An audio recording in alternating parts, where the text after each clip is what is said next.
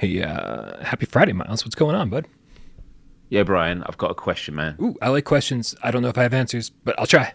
It's it's just been troubling me like the last few days. I've like been losing sleep over it, so I just need some closure. But over where you are, when you order a Domino's pizza, I don't do you that. get your Nope. pizza. I mean, I can, Okay, I can let's finish. let's just No, I can answer your question right now. We don't order Domino pizzas because okay. because we have better taste in food over here.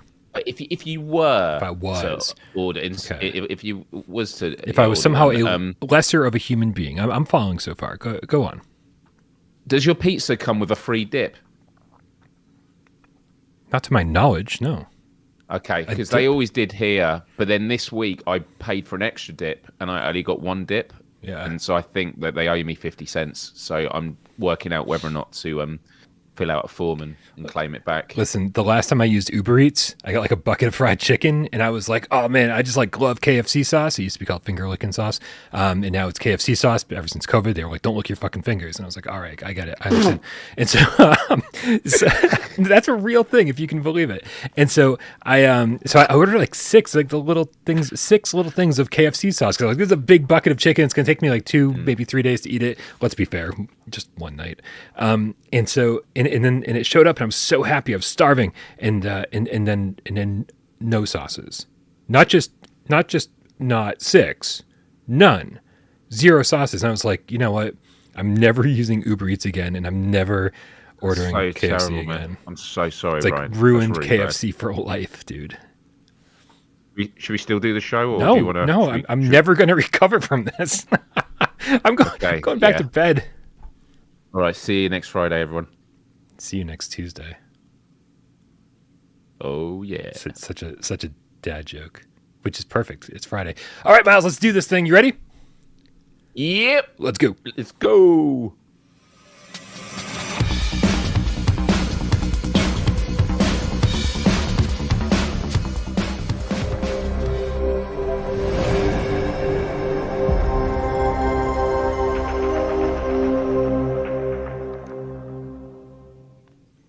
This is PSVR GamesCast Live. We film live every single Monday, Wednesday, and Two Eyes Friday, right here on PSVR with Parole. We do it live for your viewing pleasure.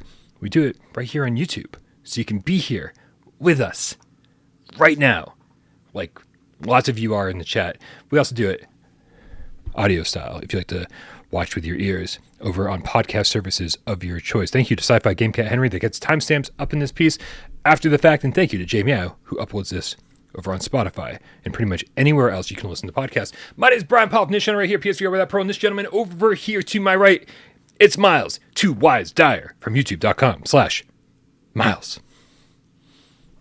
Happy Friday, Brian. Happy Friday, Game Cats. Hope you are having a wonderful week.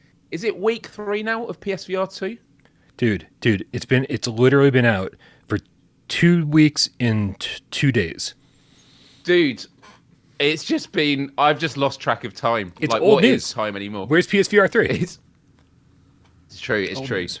I'm just drowning in games still, and would love to know in the chat, like, what games has everyone been getting lost in at the moment? Because you were live streaming just before the show, Brian, weren't you? Bit of Resi 8. Oh man, yeah. And dude, the games keeps getting better and better and better. I complained a little bit that it was cutscene heavy at first, and I still hold to that. You know, again, nothing to do with the VR implementation. I think the VR implementation was great, but just as a game that is definitely made fun of for silly storylines, like does not need to be so cutscene heavy. But then I played for what 2.5 hours today or something. I don't even know. I'd have to check how long I streamed for. And there were very, very few cutscenes. And like this is here we are. We're to the best part of this game. But then other people have been like, no, you're not. You have not yet gotten to the best part of the game. So Myles, I am so excited to continue my playthrough of Resident Evil. I'm so happy that I found a great way to do it where people can like hang out and watch and witness my reactions, and I'm not being distracted or feeling even like I'm streaming it. I'm playing it kind of the way that I would, talking to myself quite a bit more. And then, but still giving Tornado some pets when she comes by to visit. That's nice. Yeah. And what I love about Resident Evil Village and the way it was marketed, and for people that are like not that, have stayed away from it since it initially launched, is, I don't know about you, but the only things I knew about Resident Evil Village was there was a village, There were werewolves in it, and there was a castle. Spoilers with the Big Mama. Big Mama Jamma. But that was it. And I've played about a couple of hours into it, and I'm already in the castle. Already met her. I won't go into any more details than that. But it's like she's still nice. A lot more. She's nice, isn't she? She's very nice, very nice. Yeah, hospitable. Yeah. From what I know of her so far, she kissed my hand. But yeah, it's still early days, and I'm like, I have no idea like how much time you're going to spend in the castle, what other like worlds there are and environments to explore. Yeah. And that's just the magic of Resident Evil, because I think it's also the same with 7. You know, all that was known about it was you visit this house in the middle of nowhere. But it doesn't mean that even if you are to stay in that area, that the environments can't be diverse, and not just the environments, but the characters you meet. And so, yeah, Resident Evil is just such a... It's why it's VR AF when it comes to those ports, because they just constantly surprise you. Yeah, I ended up in a room on my stream today where it seemed like I was like, okay, you walk into this room and it kind of presents you with a puzzle, and then you just go, I'm just going to stick around here and figure this thing out. And like it felt so very Resident Evil, and I just loved it, man. Like I just felt like it was ripped out of Resident Evil 2. It felt like, or at least the room felt like it was. The puzzle was a little bit different. Probably couldn't have been done in RE2, but it's just like very, very enjoyable puzzles, very enjoyable action, and dude, the best VR game, the best looking VR game I've ever played. And I don't know, man, it's going to be tough. It might be the best VR game I've ever played. Wow. Yeah. And we said this before about not jumping back to PSVR, although I think it's something we should all do eventually. I'd be curious to know how RE7 feels going back to it, because RE7 was a beautiful looking game on that. Yeah. And to have that, come to PSVR2 would be amazing. And I don't know, on a scale of 0 to 10, how confident are you that Capcom are going to do it, let's say in the next 4 years? Because it feels like they definitely should, but they're working on RE4 now. Like, there's a lot of things that should, get an upgrade, but it's about their priorities. And they're like, you know what? We sold a lot. How many more are we going to sell? And to be honest, I think they would sell a lot if it came, but they might go, actually, no, we should pull RE2 to VR next. And so we may never see it. I'm sort of somewhere in the middle. I'm not on the high end of the spectrum of confidence. What about you? I'm on the high end of the spectrum because this is a PlayStation VR exclusive. Resident Evil 7 never came to PC or any other VR platforms. This is something that Sony wanted. This is something that Sony paid for, just like Village. And I feel like they've got Resident Evil, they've got Capcom in their back pocket when it comes to PSVR2, right? This is their... We don't know what to expect from other third-party AAA studios, but we kind of know that Capcom and Sony are in bed together, right? And it's like, there's so many people enjoyed Resident Evil 7 on PSVR 1, still considered to be one of the best VR games ever made, despite not having full move support integration or any move support integration. Why wouldn't you want that on your next headset with full sense controller support to be like, hey, we have 2 of the best Resident Evil games ever made exclusively on our VR headset? It'd be amazing. Why wouldn't you do it? Yeah, I understand that, and actually there was news that came out, was it today, about the PlayStation have explained they've got about $8 billion, about $8 billion just splashing about for acquisitions that they're willing to invest. And so, as you were mentioning that, I looked up what the net worth of Capcom is, and it currently is, as of March 10th, so today, it's $6.59 billion. So, are they going to spend the majority of that $8 billion that they've got to spend? But for me, it was like Square Enix and Capcom do feel like those two, studios that have such a close relationship with Sony, which to some extent might mean they don't need to acquire them because they have this good relationship. They don't need to bring them on board. So, yeah. It's too bad they didn't acquire Square. I mean, I guess you could acquire Square now for cheaper than ever because they're kind of flailing. But you know, back in the day, like they were known for. I mean, obviously some killer RPGs on SNES, but I think they hit their heyday on PlayStation 1, right? It's just like Final Fantasy 7, 8, 9, Xenogears, Chrono Cross. I mean, it was just like banger after banger. Then you had like the fun, like kind of like side shoot titles where it was like they did Bushido Blade, they did Brave Fencer Musashi, like some really seminal titles on PS1. And so now that like there's no way their stock is worth anything like it used to. They sold off like the biggest franchise they had. I would pick those guys up in a heartbeat and be like, let's get back to basics, guys. People are dying for some really lengthy JRPGs out there, and make one of them first person for PSVR2. Like, let's do this shit, you know? Yeah, that would be great. And actually, going back to Capcom again, one of their other big IPs is Street Fighter, and Sony has done an acquisition in the last few years of a fighting tournament. I can't think off the top of my head, but you know, Sony have always done a lot of investment into. Talking about Evo? Sorry, I wasn't. Yeah, Evo. Okay. That was it. Evo. Yeah, but also Street Fighter has gets deals with PlayStation. You know, it's another big property, so. There are a lot of things that are aligned there, but yeah, no, for sure. So yeah, Resident Evil Village, you've been playing a lot of, and you're enjoying it. And any other games at the moment? I mean, you've been very busy with reviews. I mean, being on a live show Monday, Wednesday, Friday means you guys are pretty up to date out there as to what I've been playing. So the last game that I spent a lot of time with prior to today's show, of course, was Tales from a Galaxy's Edge, which is just so much better than I expected. But Myles, and if you want my impressions of that, obviously just go back and watch Wednesday's show with Wes. But Myles, you and I have both been playing, both played to completion something that came out today, and that's Before Your Eyes. Now, my review for Before Your Eyes went up at midnight last night or this morning, and but so people, I think at this point, know what I think of it. I have no idea what you think of it. Yeah. Well, I'll preface this by talking about your review, which was I watched it and thought, how is Bryan going to tackle this? Because I went in blind. I'd seen the trailers and it doesn't really tell you a lot. You don't really know what you're going to get into. And I thought that you walked the line really, really well. You spoke, you showed a bit of it, some of the scenes. You sort of painted the picture of kind of what you're going to be doing. But for anyone that's not played it, you're going to have no idea. And actually, from a lot of the scenes that you showed, it reflected a lot on how I felt when I started playing the game. So I put the headset on and I thought I'll probably do this in a couple of sessions. I remember you said to me, like, have you got a couple of hours to play it before Friday's show?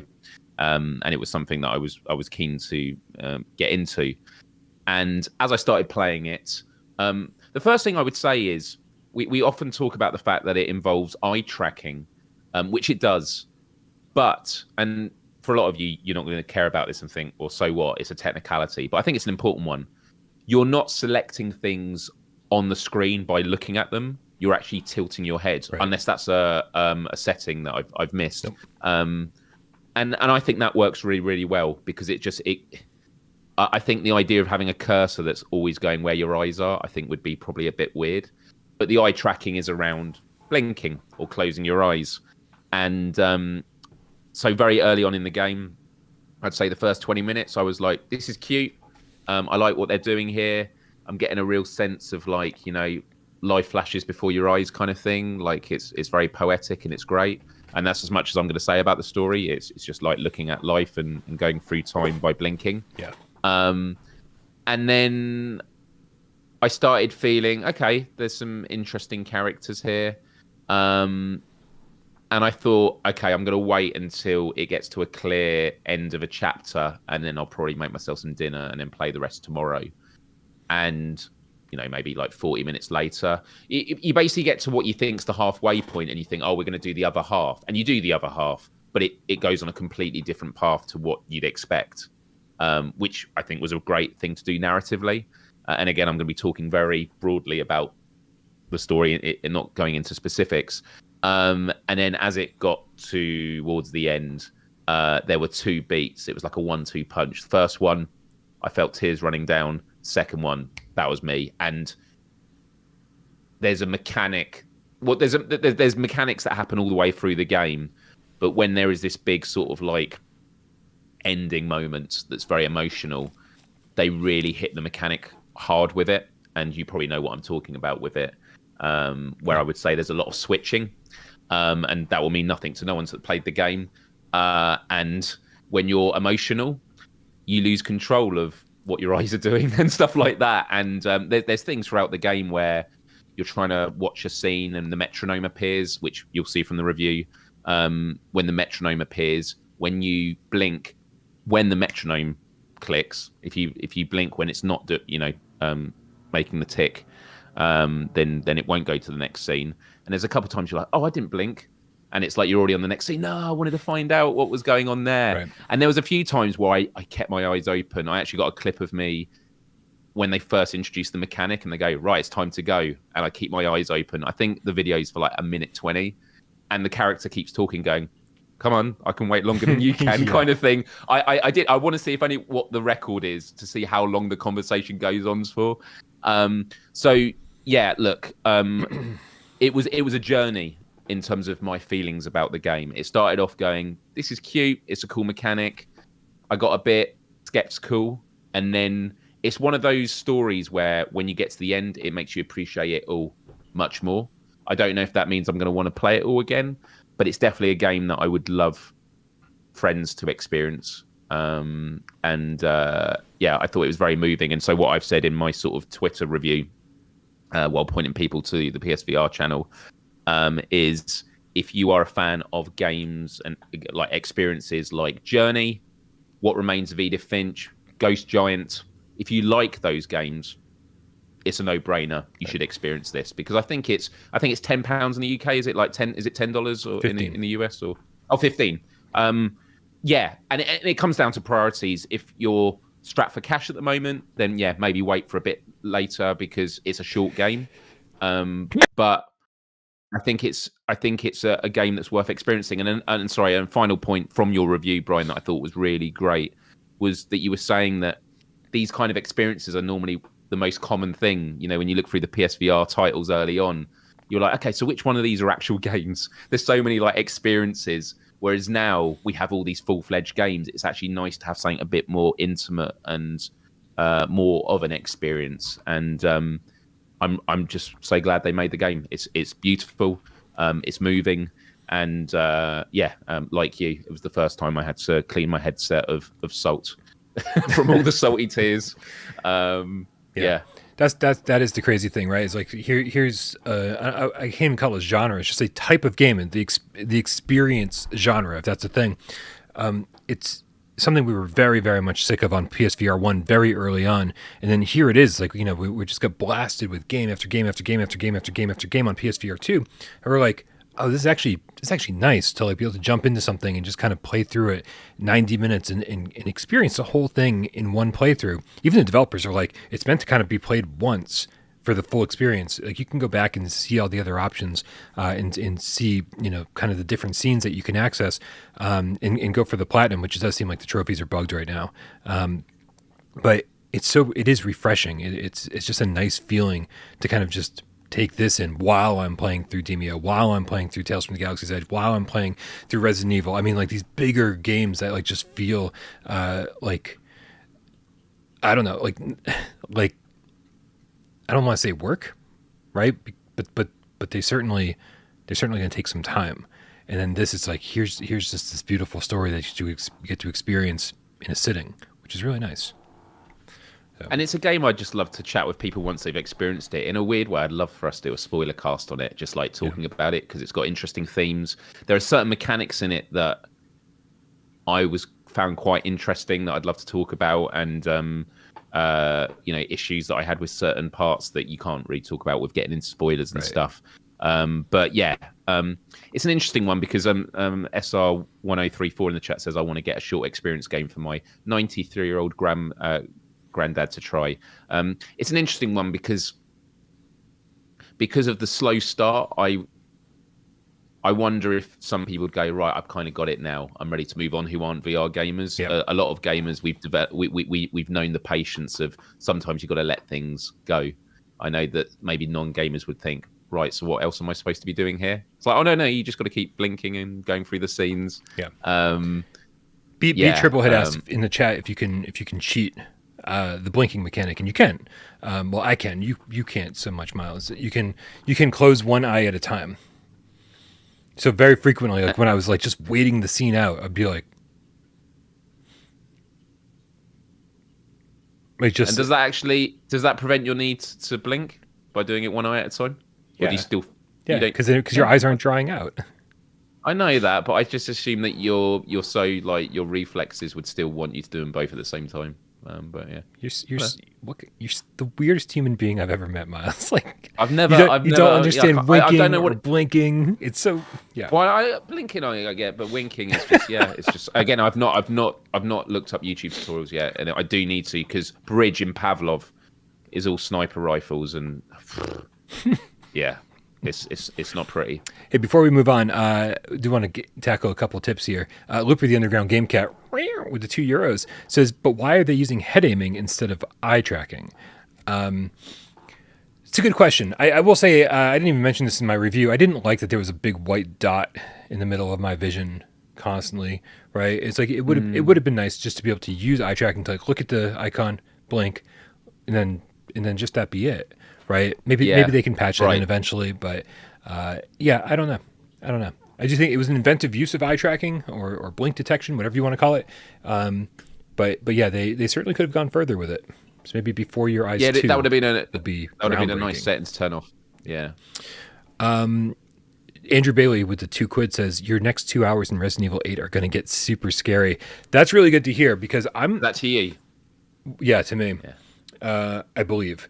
Because I will say that you know nothing about what's coming. Nothing. No, dude. I've been so good. I'm not saying anything, but I've been so good. I don't know what you could possibly tell me. You're further behind than I am.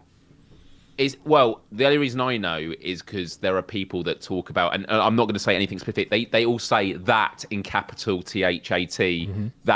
That moment, like, oh, you haven't got to that bit yet, and PlayStation Access, it went viral with a clip and stuff, and like, it's good that you don't know about it. There's one word. There's one word that people say, and I won't say what the word is, but that clues me in that something scary is coming. There's one word. Right. They're like, oh, have you made it to this part yet? And I'm like, and they use that one word, and I'm like, I have not.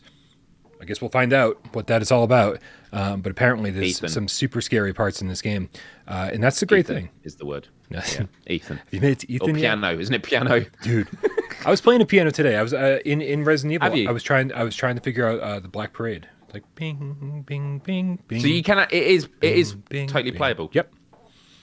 It's crazy. Let's see. A quick thing on Resident Evil Village about immersion is one of the things I did in the opening 2 hours is you get to a chain fence and I just killed a lichen, and then I shot the chain with my pistol, and obviously you need to go and get the what's the thingy thing called, Bryan?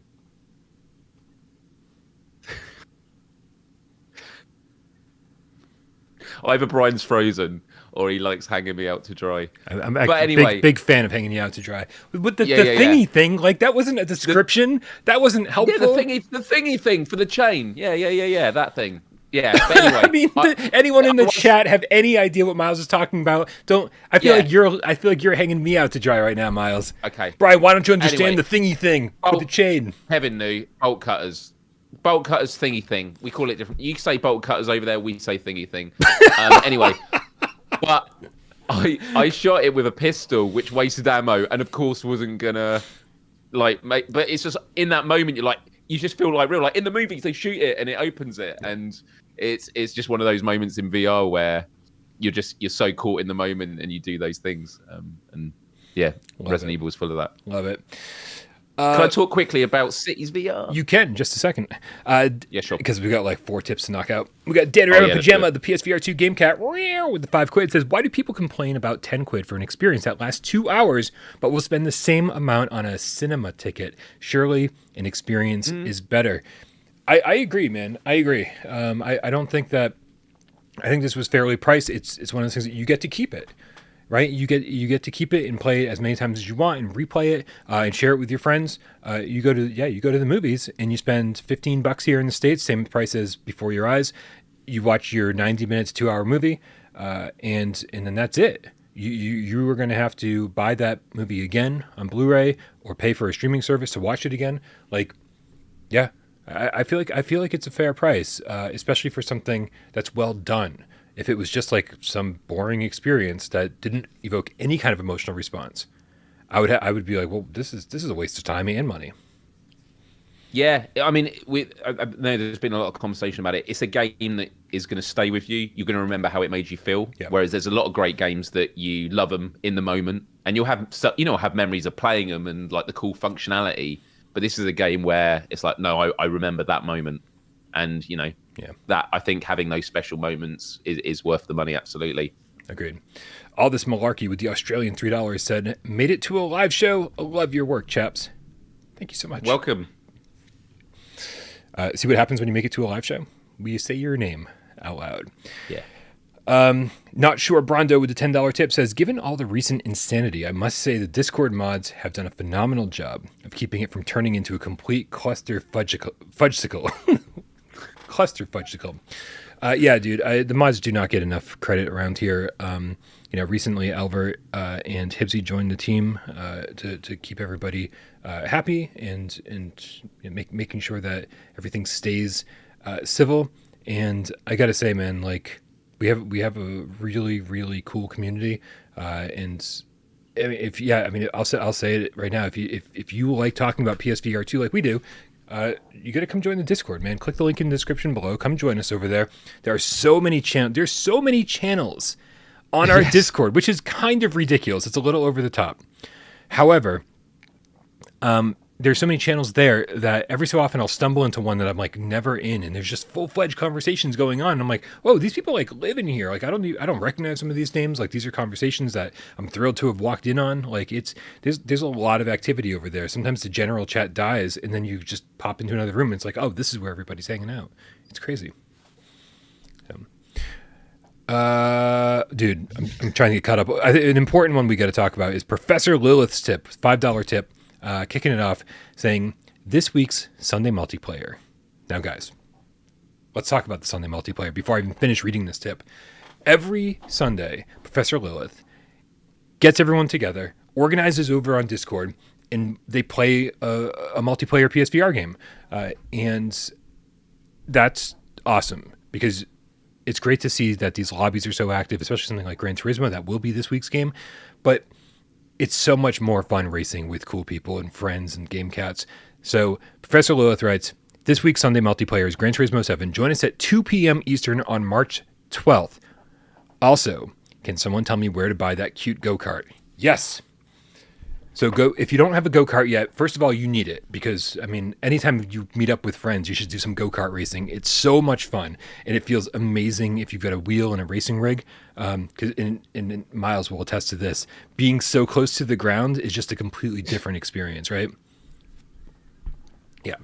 The road looks just insane. You're close to it, you can see every groove in it, right? And stuff like that. It's so good. I was just thinking about this. Oh, sorry, yeah, you go. So go to Brand Central when you're in the Gran Turismo 7 world map. Go to Brand Central, and then go to I think it's the Asia Pacific region, and then that's it. You can go to Gran Turismo as a brand manufacturer, and then that's where the go-karts are, and they cost $10K, which is super cheap. The first one on the list. Is it? Yeah. Yeah. So super cheap. Everybody should own a go-kart. Every time I get into multiplayer, I'm like, let's do some go-kart racing. It's a lot of fun. Good stuff.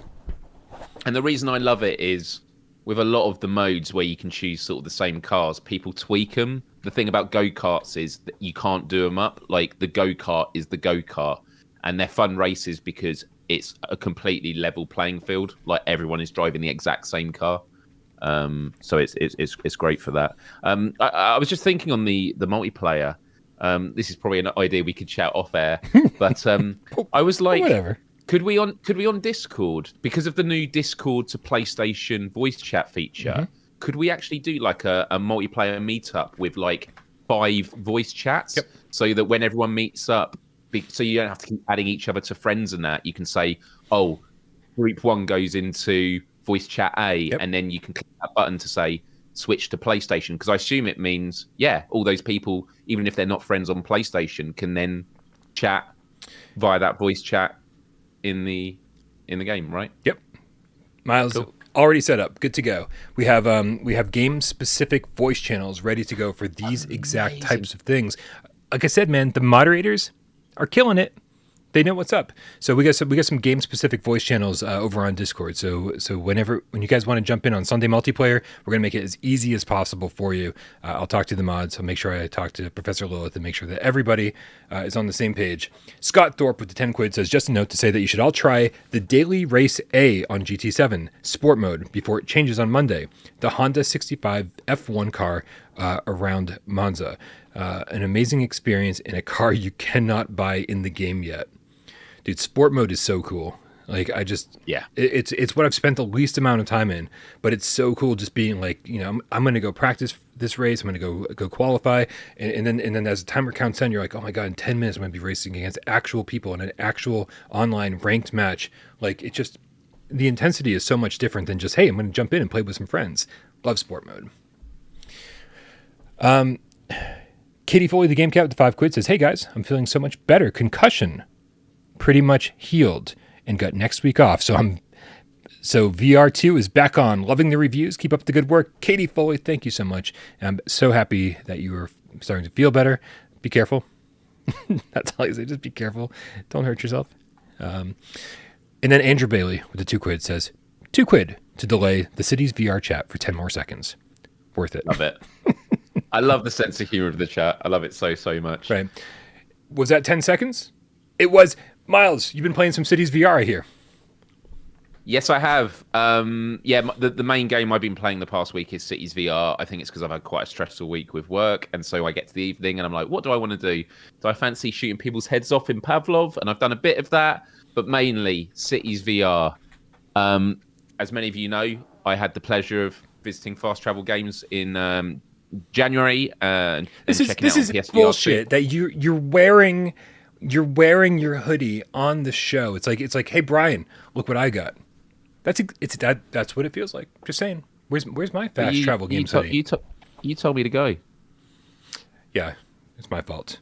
All of this is my fault. It's your fault, Bryan. Yeah. But yeah, Fast Travel Games. Get Bryan a hoodie because these are really nice hoodies, and get him one of those mugs that I stole. Borrowed. Was it Emma? Is that who it was? Yeah. I think it's the brand. I think the brand's Emma. I don't think it's. Yeah, that's what we're gonna go with. The brand is Emma. Good. I think it's the brand is Emma. Okay. But yeah, Cities VR. It's a game that I enjoyed the 30 minutes I played when I visited them, and I thought I can't wait to play it in my own time without Devs being there, who I love chatting with. But it's different when you're at home and you're like, I'm going to go at my own pace. I don't feel pressured. For sure. Not looking like an idiot, like trying to get the controls right, which they were very helpful with. Just like exploring it on your own. And I have to say, the first couple of hours, my feeling about Cities VR was, I'm really enjoying this. But my feeling is when I complete this map, or I'm done with this map, I've built my city, I'm probably never going to play it again. You sort of go up the ramp of progression, and then that's it. I'm now about 12 hours in. My city is huge, and I've still got like 3 times the map to cover. And whenever I'm done with it, I'm ready to start again. There's so many different maps you can build on. You can also go straight into a mode where you have unlimited money and you have all the milestones unlocked and all the stuff.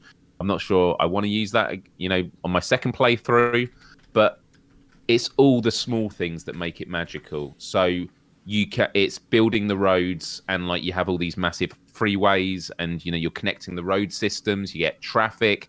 So you then, at crossroads, you can decide, do you want traffic lights or do you want a stop sign? You can choose which cars have to stop at a stop sign.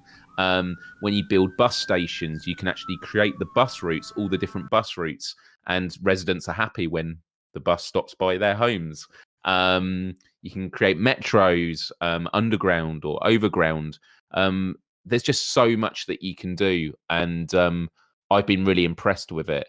I wish there was a bit more end game content, but Fast Travel Games have tweeted and saying they're currently reviewing it and looking at what they can do to keep adding to it, because there is still a lot. And, you know, they're clearly fans of the old SimCity games and stuff like that, like having airports and things.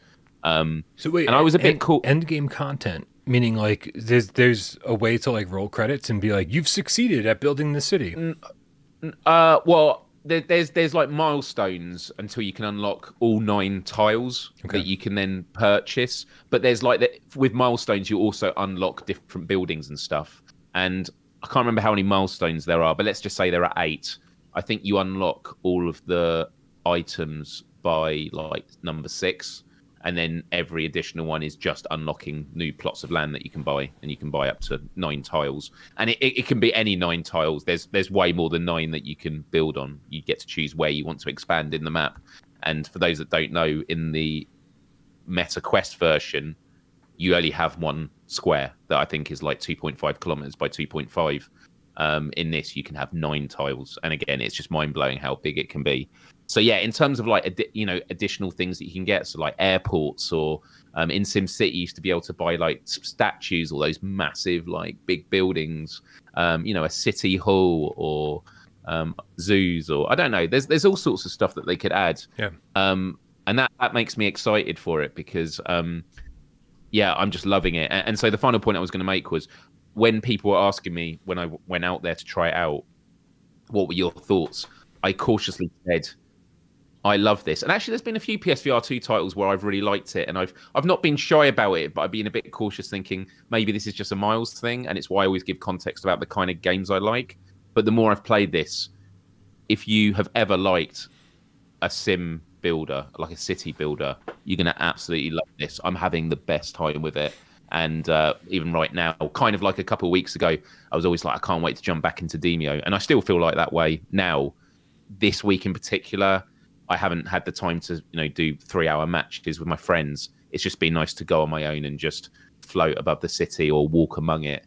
And the fact that you can click on any person in the street and it'll tell you their name, it'll tell you where they work, it'll tell you, their education, all their stats, or you click on a car, it'll tell you where they're going to. So like if you ever see a traffic jam, you're like, what's all this traffic for? Just click on them and they're all going to, like, I don't know, like where you've built the shops. And you're like, okay, so I need to build shops elsewhere just to spread it out a bit more, or I need to widen the roads. And it's just interesting that all the like building roads or building bus paths is actually like one of the most bits of fun I've ever had. But yeah. Nice. Yeah, that's been the great thing about the PSVR2 launch, Myles, is that games for everyone. I mean, not just games for everyone. Games I thought I wasn't even interested in. Again, I think Tales from the Galaxy's Edge is a great example. I was like, Questport, I'm sure, didn't hear great things, whatever, and then just absolutely floored. I was like, this is so much fun. Like, so games that I'm not even excited for. I mean, Cities, I got to say, like, again, it was very low on my hype meter, but I do know that as soon as I started, I haven't even started that game, I'm going to spend hours in it, man. I think I'm going to have the exact same experience that you've been having. So very, very excited for that. And I would just love multiplayer. Yeah. So either 2 ways that could work. One is just so if you and I were playing, we could visit each other's city and just walk around it. Like, that'd be kind of cool. Would be cool. And see what each other, because the only way I can really show people is share screen. But I'd like to actually them to experience it in VR, because flat screen is not the same, especially when you're looking at the scale of these cities and you see these rows and rows of skyscrapers, like in VR and that depth perception.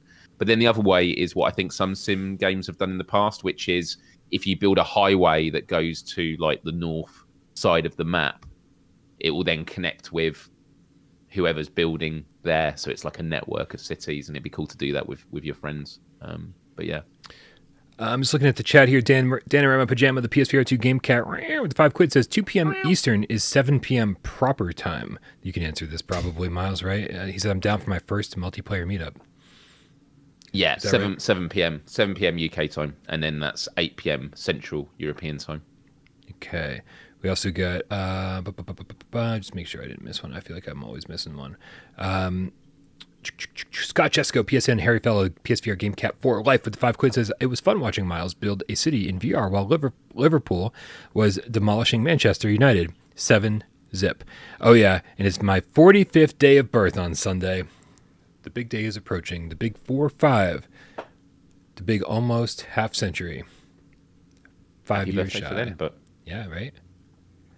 And I missed it. I don't know who in the chat mentioned it, but they said, hey, did anybody notice that that the Light Brigade got a patch today? Indeed it did.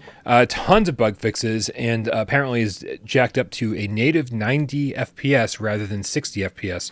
So if you're having any issues with the Light Brigade, seems like a good time to jump in. That's another one, man. Again, zero interest, Myles. Zero interest in the Light Brigade. I was like, whatever. It looks whatever. And then you play and you're like, this is fucking fantastic. I love this game so much. I really want to play it. I just don't own it yet, so I need to get that sorted. Okay. Yeah, because I've been really, really curious about it. Nice. Well, Myles, it's been a very short time since the launch of PSVR2, just over 2 weeks. However, the month of February is already over, so there was a full week, and that gave Sony some figures as to which games on PSVR2 sold the best. So that we're gonna, right out the gate. Yeah. So we're going to head on over to the PlayStation blog post and scroll down a bit and see what it said. I haven't had time to review this. I know there's some surprises on here, but this will actually be my first time looking this over from top to bottom. So let's scroll down. PS5 games, PS4 games, PSVR2 games. Talk to me. Yeah, and we should say off the get-go, it doesn't include Resident Evil Village or GT7 because they are flat screen games with VR modes. And it is interesting that, I mean, I guess it's a first starting point before we get to the list, Bryan, which is, I understand why that's the case because it's difficult to measure. Right. But then at the same time, that's going to have an impact if you're trying to encourage people to make hybrid games. Because a part of the marketing is getting on this list. Like, that is a big part of marketing. The fact that on the flat screen games, GTA 5 is in the top 3 for PS5 titles makes a lot of people still think about what a great game GTA 5 is. And so the fact that RE8 is not even there, or GT7, there might be some people that are on the line and going, oh, maybe it wasn't that great after all then. Like, just I'm talking about casual people that are like, not tuning into these shows. Or, casual people. They're so casual. Yeah. But then again, they might not be paying attention to these charts. So, it really it sucks that there's not a great workaround for that because honestly, obviously, Resident Evil 8 and Gran Turismo should be top on this list. There's got to be stats, man. We know full well that Capcom was able to track in real time how many people had played Resident Evil 7 in VR, and so. Why there's got to be a way for Sony to track that with Gran Turismo. There's going to be a way for Capcom to track that with Village, and then at least apply those numbers to the sales chart, right? And say, well, these are the people. But yeah, then you're like, well, how many people actually bought the people that are playing in VR who actually bought those games during this sales period? It's very tricky. Right. So I understand it, but it sucks. Because Gran Turismo is number 11 in the US and Canada for flat screen, which will include VR purchases, and Resident Evil Village is number 19. I don't know if Resident Evil Village was not on the chart. It'd be interesting to compare how they've bumped since the previous one. Something we can look in after this, but unless some game cats want to do it in the meantime. But it's an interesting thing to consider. Wait for these sirens. Every time sirens go... I thought you were about to say, we're just waiting for these game cats to look it up and get back to us. Yeah, right. We'll wait. I mean, we're only 40 minutes over our designated time for this news story. We got plenty of time, apparently. Exactly. So yeah, let's take a look at this, man. I'm very, very interested. So over here in the U.S., we can make some notes on the differences here if we need to, comparing the two different regions. Usually there's not a huge difference, but it looks like there's definitely some differences here. Number 10, the Light Brigade in the US, which again, very deservingly making the top of the list, or making it in the top 10 list. Fantastic game. And again, hearing the developers constantly respond to player feedback and making improvements constantly, very, very reassuring. It's a game-ass game, man. It belongs on this list. But number 9 is NFL Pro Era. Dude, everybody who's played this, I have not played it yet. everyone who's played it said these are like Madden graphics. These graphics are amazing, right? It's like they were like whatever. They were fine on PSVR1, but apparently on PSVR2 they look fantastic, like stunning. So if you're a football fan, obviously I think you know what the gist of this game is. So not a huge surprise that an official licensed NFL game is on this list. Not a surprise that it didn't make the EU list. Right. Yeah, because over in the EU, people don't even know what hand egg is. So yeah, that's fair enough. They'd be like, well, like, where's our fucking FIFA game? Right? True. They would take that. I'm sure they would take that. Dude, making both of these lists at number 8 and 9 in the EU is Drums Rock. This is okay. I feel bad, right? Because when we were doing our hype list, I was like, I have zero desire to play this game because it was, it looks like a drumming game that uses the old Rock Band Guitar Hero formula, right? And I'm like, I want to play it. We've played so many of these games, and then again, everyone who's played it has been like, "This is ridiculously fun. This is way more fun than it should be." And so I'm really happy that fun games are making the sales charts. And I'm also wondering, Myles, maybe you can reflect on this a little bit. Drums Rock had a demo, and so it being one of these sort of sleeper hits. Do you think that has anything to do with the fact that people get a taste of it by playing the demo and said, "Oh, fuck it, I'll fucking buy this thing. This is way more fun than I thought it would be. Here's a demo." You got to figure people are playing demos at launch. True. I mean, Synth Rider didn't have a demo, and it's not on there. It beat Synth Riders. It's true. Although Synth Riders will have had a lot of free upgrades. But then, is it? Oh, it says game upgrades are not included. I was about to at the bottom because I was wondering that because technically when you download a free upgrade, you get the email from PlayStation going, "Thanks for the purchase." You know, whenever you get like free like DLC for stuff, you always go, "I don't need you to tell me thanks for the purchase," but you do get a receipt. But yeah, they're not included here. Yeah, it's a pleasant surprise. I mean, it's a game that I definitely want to jump into at some point, and a few in the chat are saying that it's a good time. So yeah. Dinnerama Pajama, another tip with the 5 quid says, as Looper has rightfully pointed out, Spring Forward has already happened in the US. So it's 6 p.m. For the UK folks. I think this is our, wait, it already happened? Oh no, yeah, you're right. We've got spring forward. The clocks are going to spring forward. Is it this weekend? But it's Sunday, or is it Saturday night? Dude. Oh my goodness. This is the world we live in now. When daylight savings time happens, I wake up and go, okay, it's 10 o'clock in the morning. I'm going to work. I don't even think, man, I feel like I got an extra hour of sleep or lost an hour of sleep. It happens, and I don't even know until somebody mentions it 3 days later, and I was like, oh, I didn't realize. Yeah, they don't change until Sunday the 26th of March, and it's at 1 a.m. in the morning. All right, and it's already happened here, and as far as I know, this is our very last daylight savings change. I think we've made a decision here in the States to never change it again. Right. So, interesting. Yeah. Thank you, Dan, for that update. So does that bring us up to Swordsman? Swordsman's number 7. Also number 8 Dude, in UK. Swordsman VR I've dived into. Yeah. And dude, it's so good with all the upgrades. Like playing it, just the haptics. Really? It feels so good. Now, visually, though, does it look any different? I keep hearing people say, "Oh, it looks the same," which is shocking. Clearer because of the headset, but yeah, I'd say visually, I don't really notice a huge difference. It's one of those games that I'm like, this is how I felt it looked on PSVR, and I'm sure if I went back, but there is more clarity. But just like the feeling with the haptics, it's a game that I really can't wait to actually play a bit more of. I've always had a bit of a soft spot for Swordsman, whilst also being critical in some ways.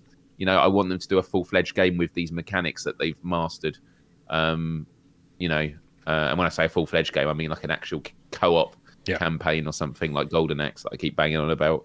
Because it's kind of like the thing with Drums Rock.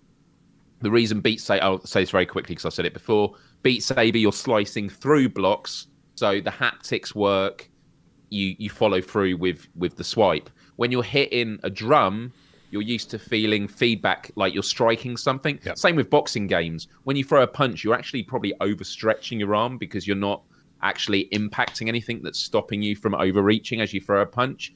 And swordsman, when you're hitting a sword, it's not being stopped when you hit the sword, but they've managed to, with the haptics and the great design they've done from the PSVR, you do have a sense of impact and of what you can and can't get away with when you're parrying. So, yeah. Ted Rex in the chat says Swordsman was great, but when I played, I couldn't transfer my save, which would be a problem. You can't transfer your save? I found that to be the case with all VR games, unless anyone can correct me. Like all upgrades, Tetris asked me. Tetris like, do you want to transfer your save? And I said yes, but then I did the journey mode and it started me from the beginning. So I don't know if all the other XP stuff I have is still there. I was about to say, so I didn't remember seeing that option, but I remember journey mode I had to start from the beginning, which I'm totally okay with. Yeah. But trophies don't come over and stuff like that. It seems to be a complete restart. Awesome Tatum in the chat says, just bring on some Hellsplit Arena, then you'll see some good melee combat. The difference between Hellsplit and Swordsman is insane. The arenas are so much bigger. There's so much more, so much more stuff to use in the arena. And so, Looper clarifies, No Man's Sky allows save transfer. B Tribble says, Thumper transferred my save. Yeah, it transferred mine too. Cool. So yeah, depends on which game you're playing. Josh Cat with the $2 tip says, first top 10 PSVR2 list, and it already sucks.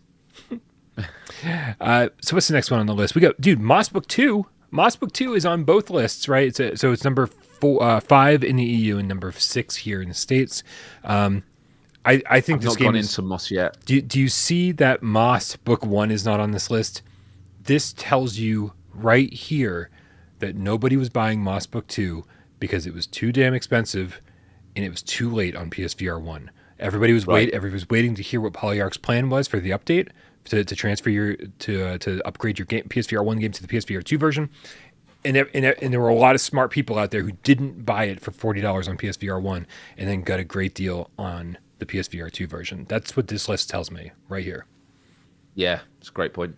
Which makes me wonder, like, when is Wanderer coming out? Because I think that'll be pretty high on the sales chart when it does. Oh, dude, that's going to be so good. Yeah. Pistol Whip's number 5.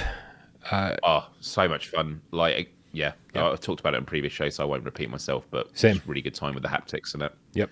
Looks great. Feels great. Number 4, Star Wars Tales from the Galaxy's Edge. Number 4 in EU as well. Dude, $50 feels expensive, but again, that game is way better than I thought it would be. Very, very happy to see it high up on the list. I like when you get to this part that it's lined up US and EU, because it's like the ones that sell most of those that have global appeal. And also, I can imagine the margins between each of them is a lot bigger than lower down on the list. So there's a lot more swapping around, whereas here you're getting into huge volumes of sales. And Star Wars, it's a popular IP. I can imagine a lot of people are like, oh, Star Wars in VR, hell yeah. Especially if it's their first VR headset. And dude, like Vader Immortal was fun. I really enjoyed Vader Immortal for what it was, and of course the lightsaber dojos were great. But this is such a game, right? This definitely gives people more of a feeling of this is what VR is all about, right? So for all the Star Wars fans out there that are just getting a VR headset for the first time and playing on PSVR 2, what a great first experience. A, it looks beautiful. B, all the blasters feel amazing, and there's just so much game here that it's like, oh, this is what VR is all about. This is cool, right? This is Vader Immortal could very well be like, it was a nice story, but it was short and it was more of an experience. But so very happy to see that this is doing well. Number 3 on both lists, Horizon Call of the Mountain, which Myles, this is when it gets interesting. This is when it gets baffling, right? Yeah.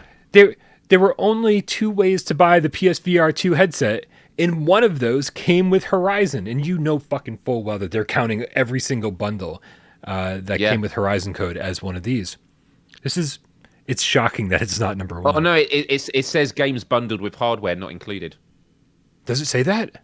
Yeah, at the bottom. So it says PS Store purchase only next to where I said game upgrades. Yeah, or game bundles with hardware not included. Oh, so that's interesting. That's fascinating. Then that means that this game sold really well, right? Because if they're not counting, it's got to be over half of the PSVR 2 headsets that were sold sold with Horizon. And they're not counting that. The majority of people that own this game would have got it with the bundle. because they would have been like, they would have known before it came out what's the game. Because when people buy the hardware, they're going to be looking at what do I want to play first, and they would have seen Call of the Mountain and go, yeah, that's one that I'm definitely going to play. Like, this is the one that it's been sold with. So yeah. So who the hell decided against the bundle and then bought it in the first week after the headset showed up? Like, that's, I mean, to be honest, I would have been one of those people, because I didn't get it in the bundle, and like literally a day later, I was like, I should have got it, but I don't want to risk cancelling my pre-order and getting the I would have paid the fuller price. Yeah. Yeah. So I'm one of them people. Awesome game. I'm sure there were many others. Awesome game. Though. Don't listen to anybody who's calling it a tech demo. This game is fucking so much fun, and good stuff. And terrified of heights. If you're terrified of heights too, then you are going to get some queasy feelings from this in the best possible way. Number 2 on both lists is Pavlov. Rightfully so, dude. Why hasn't every VR developer out there gotten the memo that like first-person shooters sell fucking crazy well? Like, I'm shocked that every developer out there isn't just making a first-person shooter. Not that I want that, but like, dude, when Sin Studio made the terrible Warzone on PSVR 1 and stripped out the multiplayer, that game sold gangbusters. That's the only reason we have Swordsman, is because Warzone sold crazy good and it was trash, right? And so I mean, every studio out there, why the fuck aren't you making a first-person shooter? Yeah, no, Pavlov, and it actually does make me think that it's made me think two things from either end of the game, and this isn't a slight on anyone, because, well, I'll start with Alvo. Mm-hmm. Alvo is a game I really enjoyed. I was looking forward to seeing it come to PSVR2. Mm-hmm. And obviously, small dev teams are really up against it. I heard Pavlov started as one person, and they just had this community collaboration it built. They obviously been building it elsewhere and bringing it across. This, and a few people I've been playing with have been saying the same, of like, it's looking like time's running out for Alvo in terms of like, you wanted to get into this launch window. Like, Pavlov is dominating. I think of like the zombie mode I enjoyed in Alvo, but the zombie mode feels different in Pavlov. I think the zombie mode is much more realized in Alvo, but on Pavlov you have so many game modes, and like TTT, the hide, infected, which isn't the co-op zombie mode, all really, really great. Yeah. And Pavlov is a game that I spend so much time in, and I'm just loving it. And then the other game at the other side is Firewall Ultra, mm-hmm. and obviously is it going to come out at launch? I read, I think I might have mentioned it on last Friday's show, I read recently an interview of them, because they're using Unreal 5, and a lot of the conversation was around how they know that there are tracking issues when you have two separate controllers, even with inside-out tracking, right. And sometimes in Pavlov, I still have tracking issues, like the gun is a bit shaky, especially when you're using a sniper, and especially when you can't close one eye. And, there are those issues, and they seem to be really focused. Like, First Contact Entertainment are really taking their time, because they're saying there's a lot of AI, like aids and tricks with the eye tracking that they can do, so that when you're in it, it's going to feel as immersive as possible. And so the fact they're taking their time with releasing it makes me feel that they know, and they're looking at what Pavlov's doing. They're realizing like Pavlov has got that combat arcadey market sort of done, fast, quick team deathmatch modes. We are the strategic, the strategic round sort of combat game, and they're gonna nail it as well. So the fact they're taking their time with it, I think, is really exciting as well. Yeah, I've been talking to Hess Barber quite a bit over there at First Contact Entertainment, and man, all I gotta say is be fucking excited, right? Like, this is so much more than like, oh, this is the PSVR2 upgrade of Firewall 0 Hour, dude. You're all in for some surprises, man. Some big surprises. Can't wait. Snacks, please. The Game Cat with the $2 tip says having to work late sucks like 10 times now with PSVR2. Yeah, man. I will say it's just, I'm just happy to be excited to get in VR again. It's so nice to be able to get to wake up and be like, oh, like, because it plays PSVR 1. It was like so many times I wake up and go, oh, I gotta play this game. It's just like, nothing exciting, right? For such a long period of time now. With PSVR2, it's like, man, I'm so excited to get back to this game and that game and this game. And it's like, which one do I even review next? I'm so excited again. So yeah, having to work late would be terrible. Although I guess it looks like I'm working late tonight because we are dragging our feet on this show big time. Bogey Cat. And let me just drag it on a little bit more, Brian, because Karina in the chat just said Pistol Whip is the bomb. Yep. And she says, bought it 2 days ago, just gone platinum. Body is broken and I still can't stop. Wow. I haven't even platinumed it. Like, I struggled with the one where you got to get like a perfect score in it. But maybe it's easy. I'm not saying it's easy, but like, obviously, it's all optimized a lot more for this. So maybe it's a bit easier to do it to the beat. But to get platinum is fucking amazing. Yeah, I was going for the platinum when that game first came out, and there was one trophy that I struggled with. I kept getting real close. It might have been the flawless one, whatever it was. Yeah, I think yeah. And but I was really close, I thought. Bogey Cat Productions has an interesting insight as to the Horizon sales, because I think a lot of people didn't buy the Horizon bundle because they were planning on getting the physical copy of Horizon Call of the Mountain, hoping that it might be released the same day as PSVR2. Dude, first party, AAA, $50 game, $60 game. Right. Is this the first time something like that's happened, that Sony has not released a physical version of a game of that caliber, of that price? It's crazy. Yeah. For all the physical collectors out there, I am with you. It seems like it's going to happen. Like, Play Asia has had a listing for it for a long time, and so I would say it's going to happen at some point. And I want that shit up on my bookshelf, but I mean, I'm going to wait until I can get it for like $20 or something. Myles, that brings us to number 1 on the list, Kayak VR Mirage. And dude, fucking hats off to everyone over there at Better Than Life. All 3 of them. Hats off to all 3 of them. I mean, what an accomplishment, man. Like, what an accomplishment. Guys, just follow them on Twitter if you're not already, because they have just been, blown away by it. And it's just an absolute joy to see them just completely overwhelmed with, I was shocked to see it at the top. I thought it would do well, but to see it all the way above Horizon, even if the bundle's not included, the point is that 3 guys have managed to create a title that really sets the bar of what VRAF is, what realism is. And I'll mention it again when I interviewed Leon from Better Than Life Immersive Studios. Someone in the chat had said that they had actually gone kayaking in one of the locations in the game. And when they played the game, it took them back there.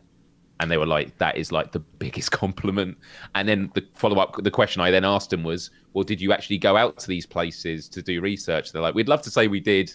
We just did like scouring online and, they did research it. But the fact that we live in a world today where you can research online, you can build a game digitally, and then create a VR component where people are in it who've actually done that in real life. And they can say, you've literally transported me there. Yeah. That is just amazing.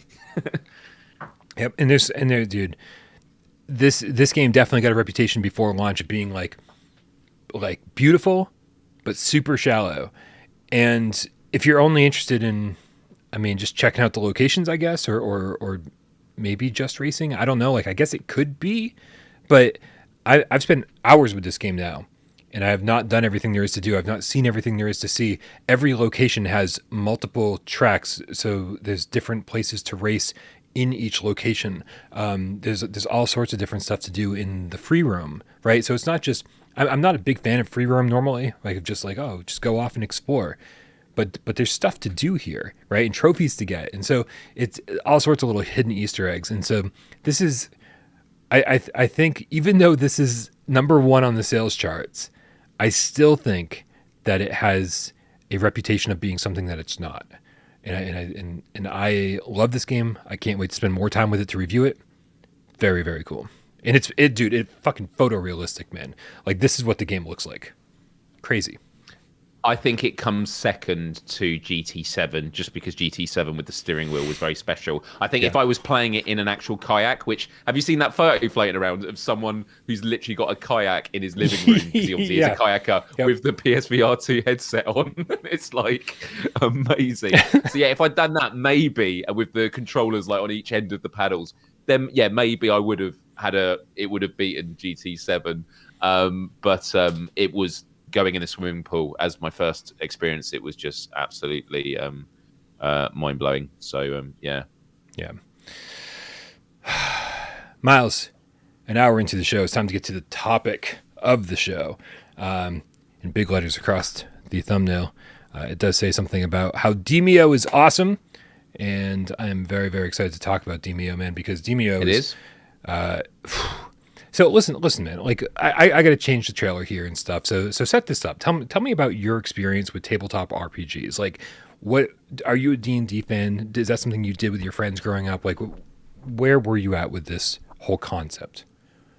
So growing up, I liked board games. I never played D&D. I've played it once with my brother, who's really into it. He, gets all the dice dungeons and all the cool like figurines and stuff like that, and paints them. But then Table of Tales, I loved on PSVR. I remember you suggesting me to try it out, and I absolutely loved it. And I thought, it'd just be nice if there was some kind of co-op component to it. So yeah, like I've always been into sort of real-time strategy and then like turn-based strategy games growing up. So anything from like Command and Conquer for the real-time, and then turn-based like Risk, sort of the online versions and things like that. So that's kind of it when it comes to my interest. But I kind of knew when I saw Demeo advertised, it was a game that I was going to enjoy playing. But it was kind of sort of more of a general feeling of, I'm going to enjoy this. I couldn't explain why, other than I like Table of Tales and it'll be nice playing with friends. Yeah. And other people were telling me like how good it is from when they played it. But then when I went into it, I was like, couldn't stop thinking about going back into the game again. And the only reason I haven't played it this past week is because I've been very stressed out. And Demeo is a great game to play with friends. You can play it on your own, but you have to be in the mood for it. It's a very tactical game. It's a very difficult game. Like, as long as you're paying attention, you're going to have a good time and you're going to manage. But it's a game that if you start getting sloppy, for example, basically every turn, for those that haven't played it, you get 2 action points unless you've used some ability. And an action point can be using a certain move or ability, or it could be actually moving your character. And so a schoolboy error would be moving your character next to an enemy and then attacking them, because that's used 2 action points. Whereas what you can do is move your character to attack the enemy and choose what tile you attack them from around it, which then means, let's say there's a bit of gold on the floor that you want to pick up and it's next to an enemy. You can actually pick up your character, go to attack the enemy, but do it from where the gold is. So you're picking up the gold. And so you might go, well, that's just a small thing. But if you're not doing that every turn, you're like only doing half the attacks that you could be doing. Right. And in some of the dungeons, you get absolutely like overrun, especially in the one about the Rat King. Yeah. And it becomes quite difficult. Yeah, definitely make sure that on your first playthrough, you're not playing the Rat King map. Like, off the top of your head, do you remember which the easiest map is? I think book 1, the top left, but at the bottom of each of the books, it does have a star rating. It was quite small, or something, but right? Yeah, it's got up to 3-star ratings and that. Yeah. But yeah, the last thing I was going to say about it was that this week was it takes about 3 hours. There are 3 like levels that you play, 2 main ones, and then you play the boss. Yeah. And you can save it after each one, but you have to complete the dungeon. And you just got to have you just want the time. You don't want to be getting to it and then having to rush it at the end. You want to chat. You want to chill with your friends. You want to talk about strategies. You don't want to have to just rush through it. You're like, actually, should we do this? Or maybe we should go this way. And that's just the magic of it. And even though there's only 6 dungeons, they're completely replayable because they're procedurally generated. And you can play with so many different characters. Like, it's just wonderful. Yeah, man, I feel like this story keeps coming up over and over and over again. With Gran Turismo 7, here's like an intimidating genre, an intimidating game, right? And my whole life, I've had friends who played D&D, and I was always like, nah, I'm good, I'm good, because it just seemed intimidating. There's so much to learn and whatever. I didn't want to get in there and just be like, oh, total noob guy. But now I'm wishing I had, right? Demeo's just like Gran Turismo. You want to go in with some training wheels and take your time and learn. You go on the easiest map. You pick some characters with some good range, right? So to keep the monsters at bay, so you're not dealing with too many melee attacks. There are ways to kind of dip your toes in and take your time getting used to everything. And man, it is, and especially, I will say this, if you really are unsure of yourself and you don't want to just get your ass handed to you the first time you play, go in with some people who've played before, right? Dude, nothing was better than going into this game with Tiffany Tolman from Skydance, going in with Awesome Tatum, with Daniel Dunham, right? I mean, and then AJ, dude. Like AJ spent a lot of time with this game, especially once it came to PSVR2, and letting those people kind of like take the lead and show you around and say, oh, here's a good strategy. Here's what you should do with this character. You know, focus on this and just like kind of like, and their relationships with each other, like different character combinations. Yeah. And so being able to like put your ego aside for a little bit and just be like, yeah, let somebody just sort of instruct you for an entire floor, like not even an entire game, right? By the end of the first floor, you are going to understand your character pretty much completely, whatever character you chose.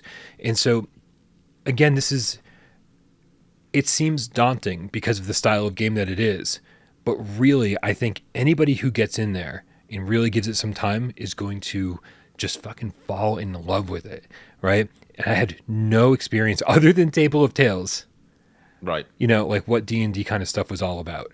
And this is, I would say, from a storytelling standpoint, obviously Table of Tales was way better. It was just a completely different beast, right? It was a single player game where you controlled all the action, and his story was being told to you with a dungeon master.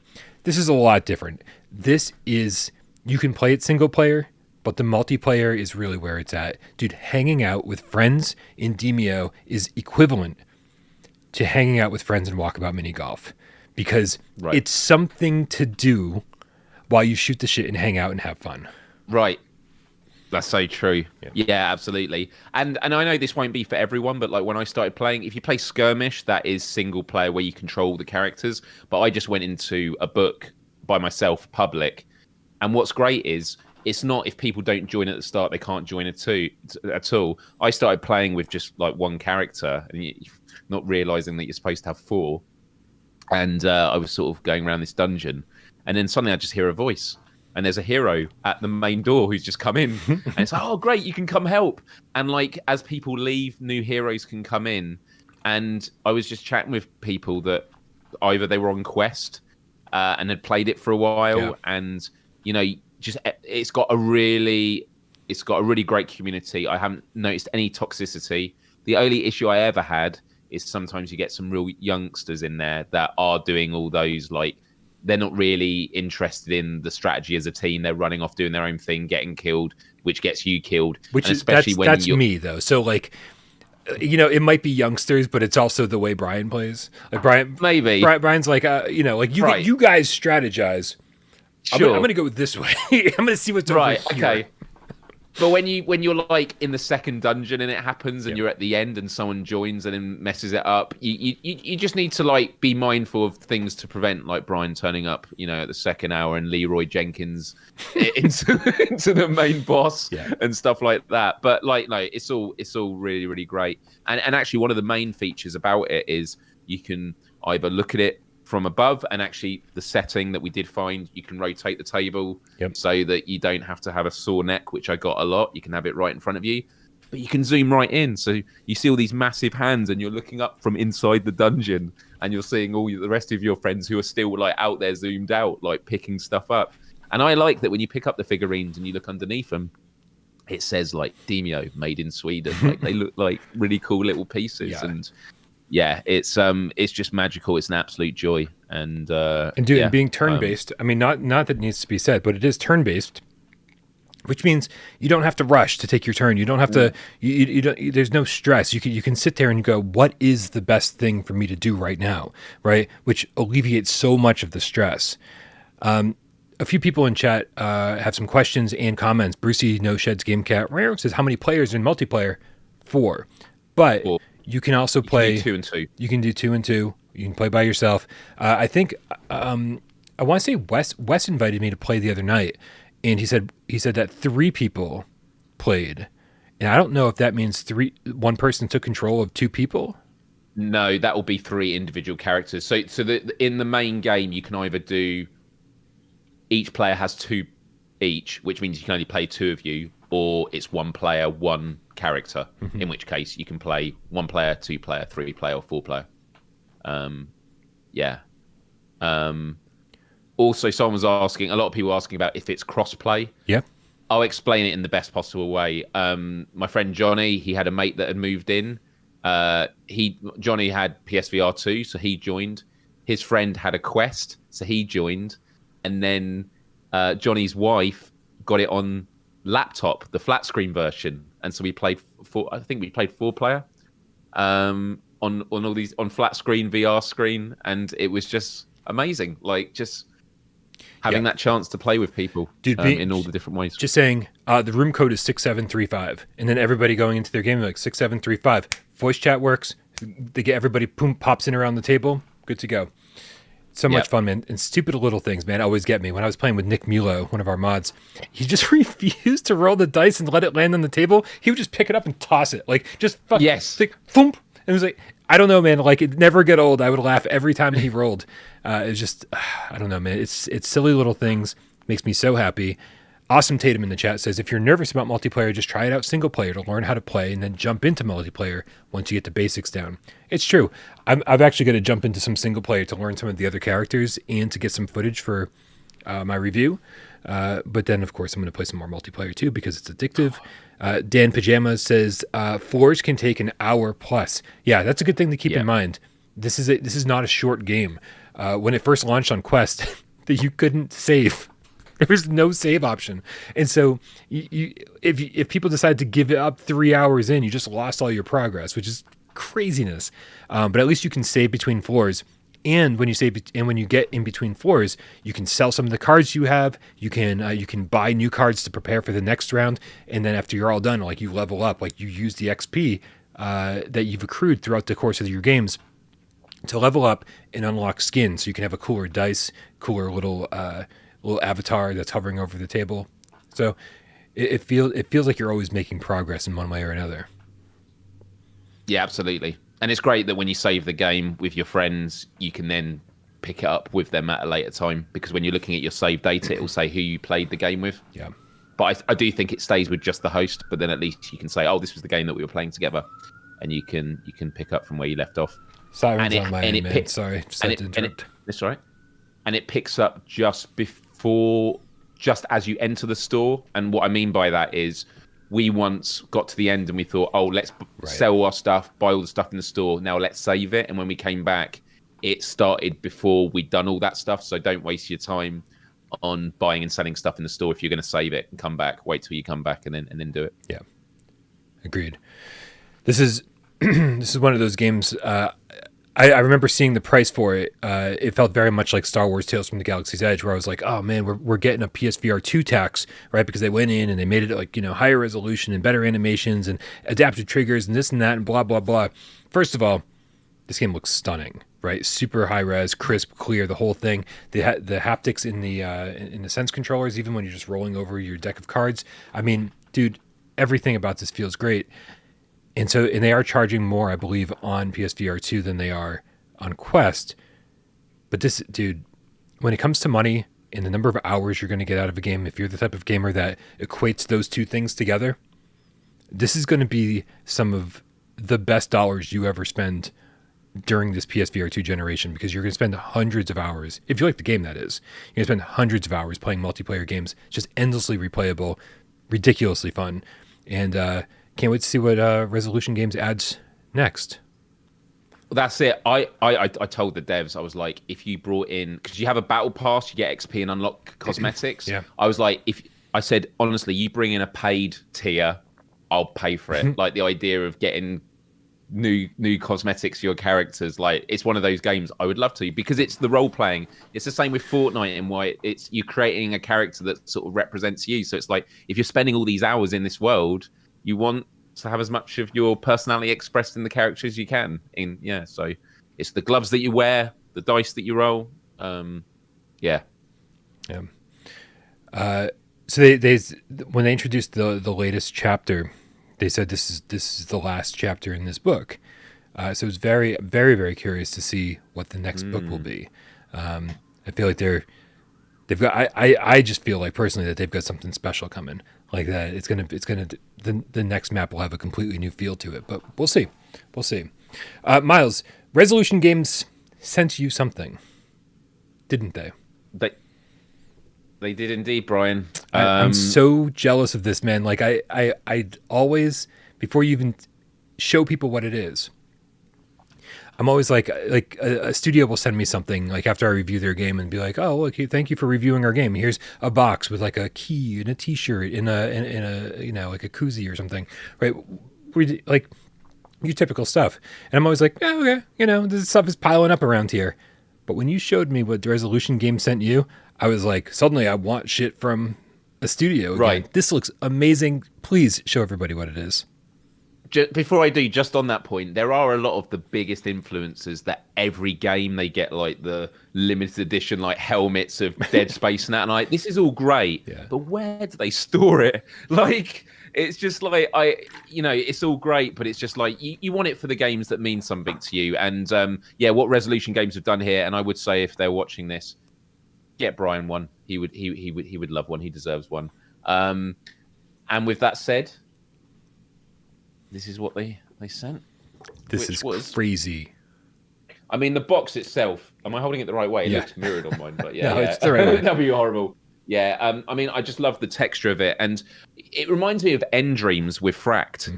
Mm-hmm. It wasn't just a T-shirt that they sent, which we love very much. I got into there, but my God, you're decked out in developer wear. I know, but that's just because I've got so much like cool stuff from it, and it's all really comfy. Like it's great if it's good quality, and that's the thing. If merch for merch's sake is not good, it's got to be stuff that's going to make you feel something, So anyway, let's open this box now. I'm going to do it in a way that you can hear me. For those that tuned into my show on Wednesday would have already seen this stuff. You'd have got a sneak peek, but it's worth looking again. So this came off the back of a few tweets I did where I said I can't stop thinking about jumping back into this game. So they sent me a little message just saying thanks for saying all the nice stuff. So that was really great. Very nice. Right. So in terms of what to go through first, I mean, look, this made me laugh because they give you the books oh my God. of each. And what I love is these books have more pages and info than the books in game. So like, let's take the Rat King one. This doesn't actually have the stars on it though, so you can't see, but it's got the Rat King there with the artwork on it. That's so cool. Like what's in the book? Is it like this? Is it the story?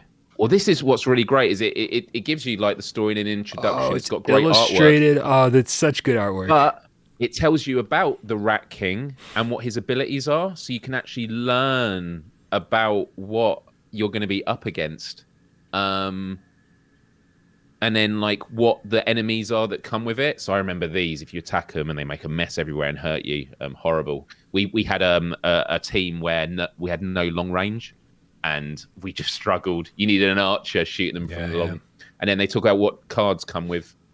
Crazy. With it and that. Crazy. So it comes with, I'll just go through them quickly. So we got this one. Wow, this one. Oh no, is it two? No, this is the first book. So this one's actually got loads of pages in it because I guess it was the first book. So it tells you the intro story, and then like all the characters. Bro, I just gotta say the focus on your camera is on point, dude. Like this is crazy. It's focused. It's going in and out of focus perfectly. I love this thing. And Brian's got it now. So if Bryan holds up stuff, you're gonna hold. What are you gonna hold up now? You got something. Pick something up from the background. Here's my coffee. There we go. It worked. Awesome. No, it is really cool. But the problem is, and we'll learn this in a minute, is with the smaller things that I hold up, it keeps focusing on my face, so I'll have to use this to cover my face so it focuses on that. But nice. Yes, sorry to keep. So we got the Rat King. We got Reign of Madness. It's just the artwork and the world. Like it you can tell when I mean, all games are made with love, but there's just sometimes you get a real sense of it, of like the joy these devs must have had with this. It's like a love letter to tabletop games, and just amazing. And then they also, that note was on just a nice little piece there. Anyway, moving on now. There's just 3 more things, different things. This one is, and by the way, actually, maybe if I hold up the box inside, it actually says on it. Hopefully, it doesn't tip out. Oh my god! Like, this is my first time seeing it. This looks beautiful. So, like, they actually say in it, like, what all the different items are in it. And so in here, we've got the selected ability cards art. So the abilities that your characters get. I mean, look, I don't know. It's just wow. All the abilities. Like, I guess when you're playing, well, no, in VR, you're not gonna be able to see them. But like, yeah, it's like all the different abilities of the characters. It's really neat. Just neat. A nice little thing to. Are they actually stickers? Dude, this is why Resolution Games needs to make a physical version of this game, because they need to include some cool stuff inside the box, right? Well, Bryan, not all of this stuff, but some of this stuff. No, I agree completely. I mean, so now we go to the cool bit, which I am never. This is when I cover my face now when I show these things. So. We got this one here. We got little figurines. The miniatures. Here. Oh my god. Yeah, see, it's like trying to blur my face. It is trying. There you go. That's the thing with the auto thing. Nice. Now the thing is, I'm never going to paint these, because if I paint these, I'm going to ruin them. Right. Like, I'm terrible at painting. This is one of the big boss guys that some of you will be familiar with, who's always terrible, and nice. He just comes out the darkness, and you're like, "Oh shit, we gotta run!" This is crazy. This is. Crazy. I won't show them all, but they got a few of these here. But it's just like, wow, really, really cool. So there's 5 of them in there, and then the final thing, and this is gonna. I want to preface this and say, look, this is not me being ungrateful, because it's like, wow, you got all this free stuff. Like, I'm incredibly grateful. I think this is absolutely amazing, but because it's so amazing. There's something here that I have a little criticism of, and it's this. So they've given me a Demeo dice bag, which is amazing. And in it, it comes with dice for D&D, all the different, like... Sure. Yeah. There you go. Nice, very nice.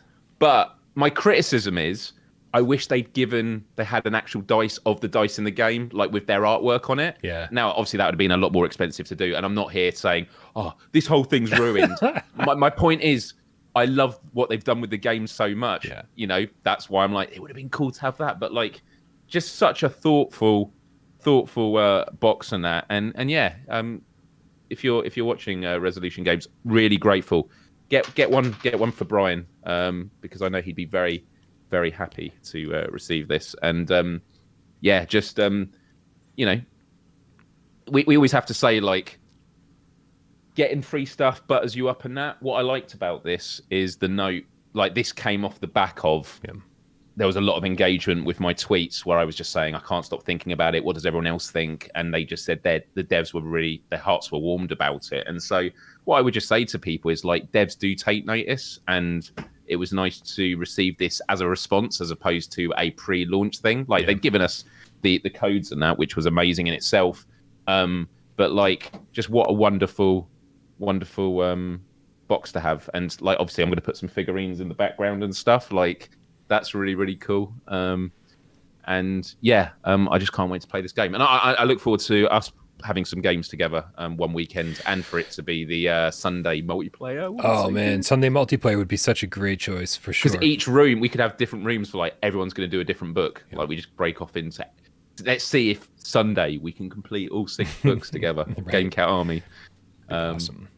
Be awesome. Yeah. I mean, like, spoilers for the review. The review that I'm, like, you know, constantly thinking of every single time I play, and capture footage every time I play Demeo, just because I'm like, I'm going to review this soon, right? So I just need the footage handy. Spoilers, it's going to be, like, really, really positive. There are very few things that I could ding this game for, and the replayability is amazing. It's hard not to recommend. I can't think of anybody I wouldn't recommend this game to. I guess if you only like first-person, like, military shooters, then I guess this isn't for you. But man, I think even people who don't think this is for them, should find a way to give it a shot, right? So I saw somebody in the chat say that this should have a demo. I don't even know how they'd make a demo work for this, like, because you can't give somebody a full floor. Yeah, the tutorial doesn't even do it justice. You do the tutorial, and it's like, I guess I work out, and it's like when you go in there, like, oh wow, it's the magic of learning the abilities and stuff. So I'm totally with you there, Bryan, because for me, I'm like, now we're at the other side of the launch, not predicting, like. And I'm not putting this in concrete, but my sense is, what are like the 5 must-play games that you'd recommend most strongly? This would definitely be in that top 5. Yeah, I mean, initially I have to say that it would have been, but man, like I feel like every game that I play, I'm like, wow, this is way better than I expected it to be. And so my top 5 keeps and that's changing. Why I'm cautious. Yeah, yes, but absolutely, right now, I would definitely say, yes, this would be in my top 5, definitely. I saw a question in the chat that I wanted to address. It's just while you're looking at that, it's just another example of a game that I just hope it gets long-term support. Cities VR, I feel the same with. This is a game with long-term support. You know, you get brought into these worlds, you fall in love with the mechanics, and you want to do more and more with it. And you know, DLC for VR games hasn't really been a thing, has it? I mean, it depends. Paid DLC. I mean, Beat Saber. Okay, but yeah, so Beat Saber, but not in terms of like campaigns. I mean, I'm sure there are examples, but it's not particularly that kind of. It hasn't been that kind of market. I think it's getting there, right? I mean, like because of hybrid games, I think we're getting there. You know, you can certainly spend some money in Gran Turismo if you wanted to. Right. If you don't want to actually play the game and just want to buy cars, then you could spend some serious money in there. But no. Well, that's it. But this is the generation, I think, a game like Demeo, and I know some people are going, don't give them ideas, Myles. It's like, look, they're already thinking about it if they are going to be doing it. Yep. Yeah, but it's like, that is a game where you could do a paid battle pass because the stuff you get for included with the price is amazing anyway. But people that want to support the game, this is a game where I'd be like, no, actually, I love this so much. It's why, you know, Fortnite does so well, and you spend for a free game so much money on it because you're like, the amount of hours and enjoyment, I'm happy to hand over this money because, yeah, I feel like it's kind of like I want to thank and support the devs, even if they are a multi-billion-dollar company that's doing fine for cash. There's this kind of exchange that happens, and I think it's even more intimate when it comes to VR games because a lot of these studios are smaller and resolution games. It's like, no, if what it takes for you to keep, because this is what the conversation is often, Bryan, isn't it? About do we do a DLC or do we do a new game? Well, we're going to do a new game because then we can charge more for it, and there is a development cost that comes with it. Whereas for this, it's like we want more Demeo content. Well, I'm happy to pay for it. Yeah, you know. Well, and honestly, like, you know, like because we're playing on PSVR2, a lot of us weren't around. I mean, I was partially on Quest to like see the free DLC coming in. Now we've got the full complete game, right? Like we didn't have to wait for all this DLC.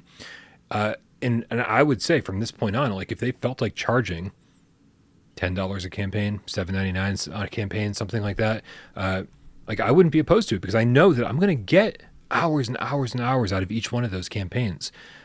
So I wouldn't be surprised if the next book that they announce is paid DLC, but if it's not paid DLC, if it's free, fucking good on them, man. Like that, I'm betting this game is selling really, really well across all platforms. And they should also sell a physical copy of the game with a more developed version of that, like with all the pieces, like, you know, a collector's edition. Yeah. Like, why not? I think obviously you might want to wait until more people have got it and been brought into the world, but it's one that I could see that happening with. Yeah, it's Demeo's one of those games that I mean, look, I don't know if you agree with the GT7. I'm excited because it's just amazing. Yeah, hands down, and I'm going to have so many hundreds of hours of fun in it. That's never going to change. But in terms of like, am I excited for the future of GT7? I'm not, because I don't feel they could add tracks and cars, but that's not really going to change my overall love for GT7. Whereas Demeo is one where I'm like, I'm actually excited for the future. Not that I'm not enjoying it now, I'm loving it now, but I can't wait to see what they do with it next. Do you know what I mean? Like the feeling of potential and scope, it feels like they've not hit the ceiling yet. Yeah, agreed. Okay, a couple things from the chat here. MRI Gamer with the $5 tip says, Bryan, did Myles tell you that the dev sent him a physical board game as well? Did you get a Demeo board game? He said this after you already. Right. Yeah, he's just teasing me. MRI knows that I'm jealous. Funky Sloth says, does PSVR2 have the best launch lineup of anything ever? So of any console, I got to say, I mean, I've been around, man. Right? I've been around for a long time. I've been gaming since the Atari 2600. I can't name a better launch lineup than this, right? I think this is a better launch lineup than the Dreamcast and the PS2 than the Game Boy Advance. Like, those are some stellar launches. Looking at all the games, if this is your first headset, or if you're coming from PSVR1, or if you're coming from Quest, like, unbelievable, man. I think this is the best launch lineup we've ever had for anything. Yeah, I feel that. And it's like a lot of these things, when something's so amazing, you just pause that little bit going, is there something obvious that I've missed? But there might be an exception that comes up later down the line. But as of things right now, I'm like, yeah. The idea that where are the games? It's like that is literally what gets asked whenever hardware is released. And I think PSVR2 is the one. Just people saying, where are the games? Cities VR, a city builder, Demeo tabletop, right, a driving simulator, horror games, first-person shooter, combats, arcade shooter with Zombieland. Want to go into the world of Star Wars, Jurassic Park, Cell Shader. Yep. The diversity of titles is just beneath your eyes. It's just the diversity of titles. It's not even just about the number. There's a huge number of titles, but the diversity is fantastic. Yep. And I mean, AAA games, laughable. AAA games right out of the gate, right?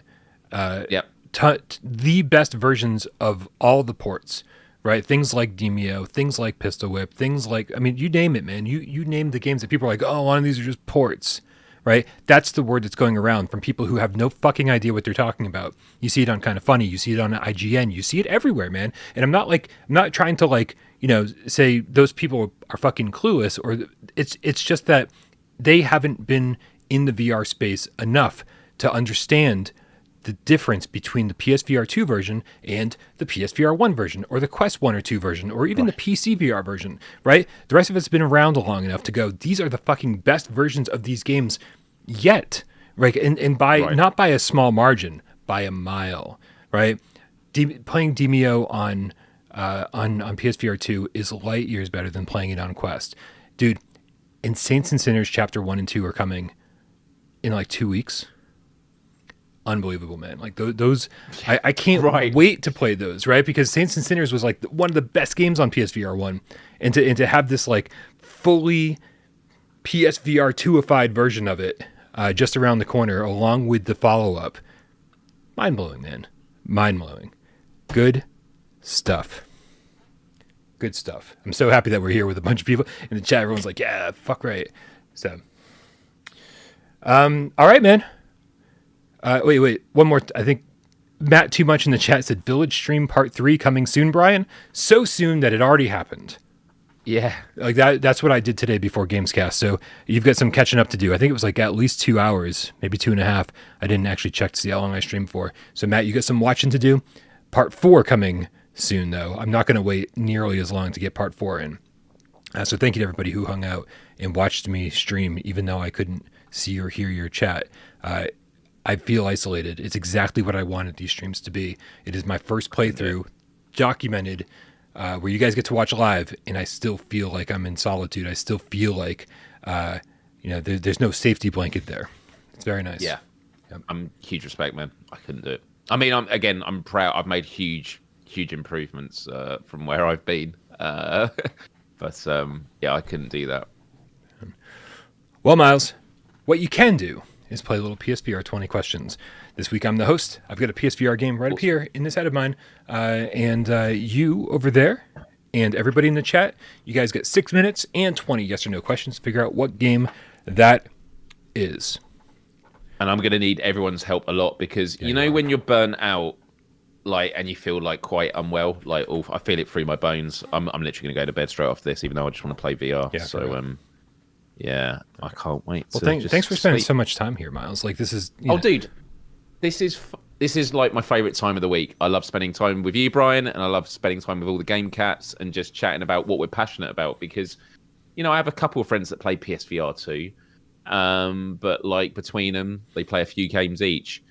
Having this community, everyone, you're going to be able to talk about all games because someone would have played it, and you're going to be able to sort of share those experiences, and like the voice chat on Discord and the Sunday meetups is just amazing. And I know I say it probably every week, but I feel incredibly lucky, and I'm grateful for all of you. So thank you.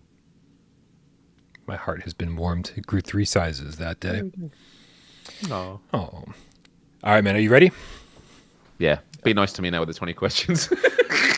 Just go with a heart. I just hope you've played down. it. Yeah. I always got to check Myles' trophy list to make sure that this is a game he's played. All right, here we go. On your mark. Yeah, Get Des. Isn't a VR game. Go. Is it a PSVR2 title? No. No. Okay, so PSVR. Does it have multiplayer? Yes. Is it only multiplayer?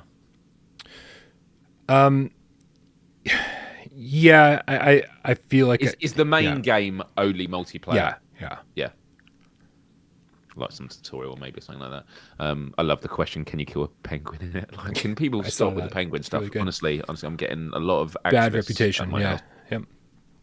It was an accident, and I tried to revive it with the paddle. Yep.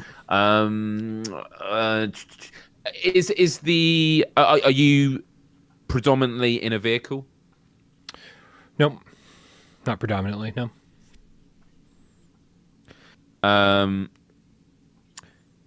Is the main mechanic shooting? No, I wouldn't say the main mechanic is shooting. Not the main one. Is it a sports game? Sometimes. Sometimes sports game.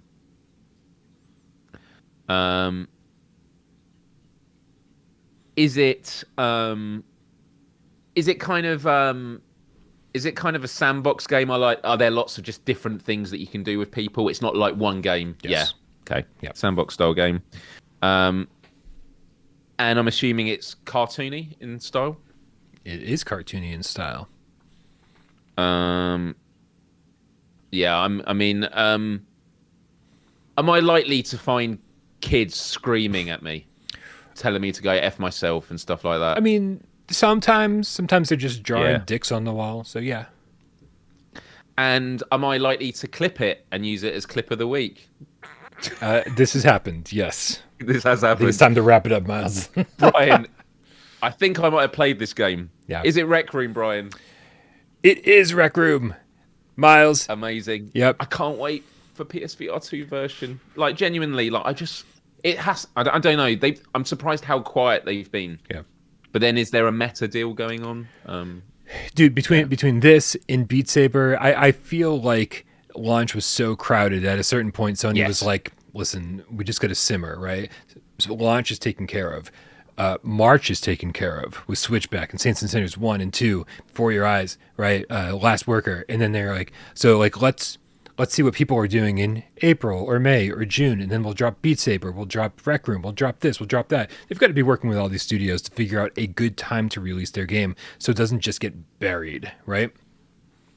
I just can't wait for like the haptics in all the different modes, because something I always liked about Rec Room was, even though like if you're doing laser tag or paintballing, yes, it's a shooting game, but they felt very different. Like in laser tag, you felt like you were in that space with the sort of the dust floating around, the neon lights, the laser weapons. Mm-hmm. Whereas in paintballing, you were outside the way the trajectory of the paintballs. Like it was great, and the fact that people can create their own maps and game modes. It's a really good time. So yeah, I'm looking forward to playing a PSVR2 version of Rec Room. Yeah. Indeed.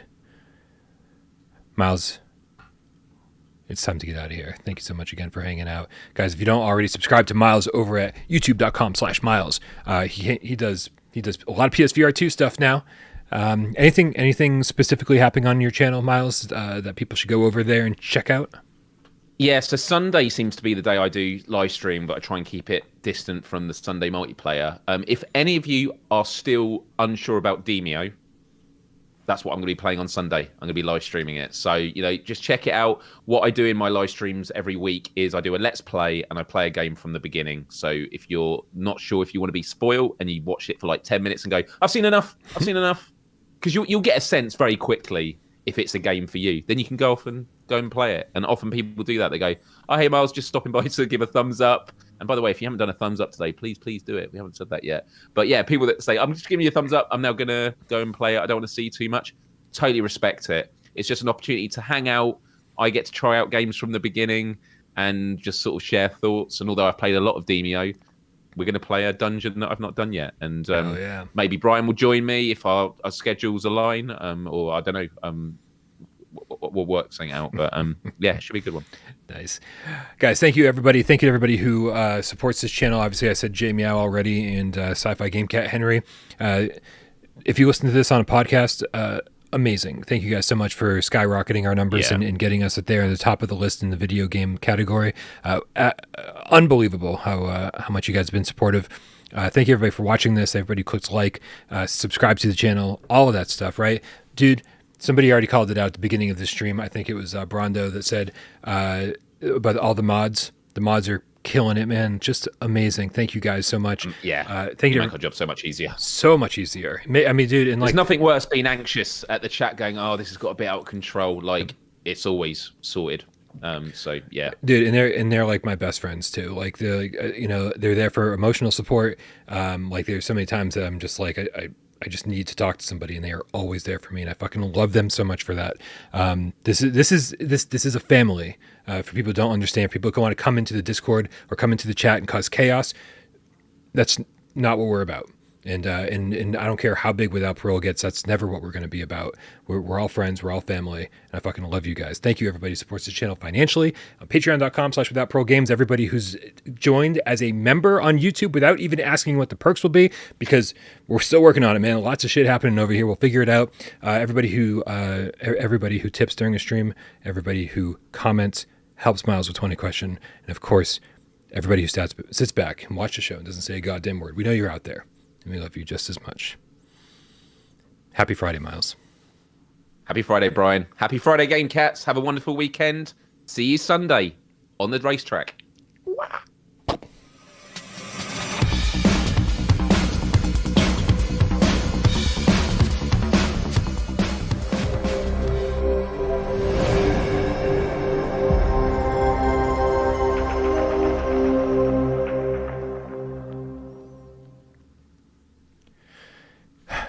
Myles, VR Demon in the chat said, Bryan or anyone, did anyone play that Upside Down DLC course on a walkabout? Was wondering if it's any good.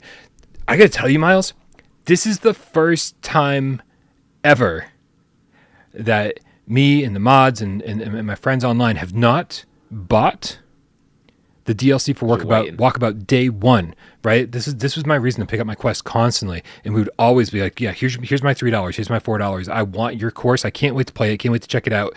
The Atlantis one was great. The 20,000 Leagues Under the Sea one was amazing. El Dorado is still one of my favorite ones. Absolutely fucking love it, right? I saw the announcement of this, and I went, I don't think I'm going to buy it. I think I'm going to wait for PSVR2 version, and that'll be the first time I play it. So, dude, the times, they are changing. I have not played the new course on Walkabout, and it feels like something's wrong. So hopefully they get that shit out here on PSVR2 soon. We don't have a date yet, do we? Or an even window, just 2023. Is that right? Yeah. They said coming soon. But Walkabout, those developers over there at Mighty Coconut are really good. Dude, like they are really good about saying coming soon and then it's out in a month. Like they don't dick around, right? Like they're like coming soon, it's out. It's like, oh damn, I love it. So I have a strong feeling, and they've opened up applications for beta testing on PSVR2. So, dude, I mean, it must be close. It must be real close. Oh man, all these social experiences. Well, another social experience I've been loving lately, Bryan, is Pavlov. And I realise that Clip of the Week now is becoming just the weekly damage control from Myles, because something embarrassing happens. Clearly, people have got footage of me doing stuff. It's going to get out there, so I just need to get it out there ahead of it. And a lot of people on Pavlov love playing Russian roulette. And you know what Russian roulette is, Bryan, don't you? You know, you get your revolver. God. You put the bullet in, you quickly swing it, and it has to spin. Spinning is the important thing. And then you point it at yourself, and then you shoot, and then you pass it on. And it can go on for a long time, especially if you're playing with just 2 people. So this footage is from my friend Johnny. Oh. And I realised that Russian roulette is not for me. So, yeah, let's check it out. Just check it out.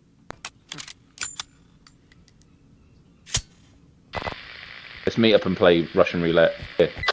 There's 1 bullet in here. But okay, I'll go first.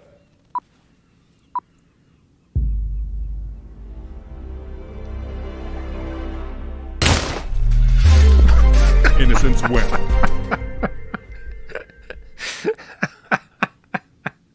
Correct me if I'm wrong, Myles. Correct me if I'm wrong. These games usually last a little bit longer, right? It's usually not the first one out of the chamber. Yeah, I when I flicked it, it didn't actually spin. So when it went in, literally, I'd loaded the one that was next to shoot. And what I do love about that clip is the music builds because I'm waiting for it to start when you can actually start doing damage. Yeah. And the music just makes it seem way more dramatic. Oh my God. And as soon as that happened, I knew the footage was going to get out there. So yeah. Myles, it's late, dude. It's time for you to get some sleep. Yeah. Yo, have a good night, everyone. Have a good weekend, everybody.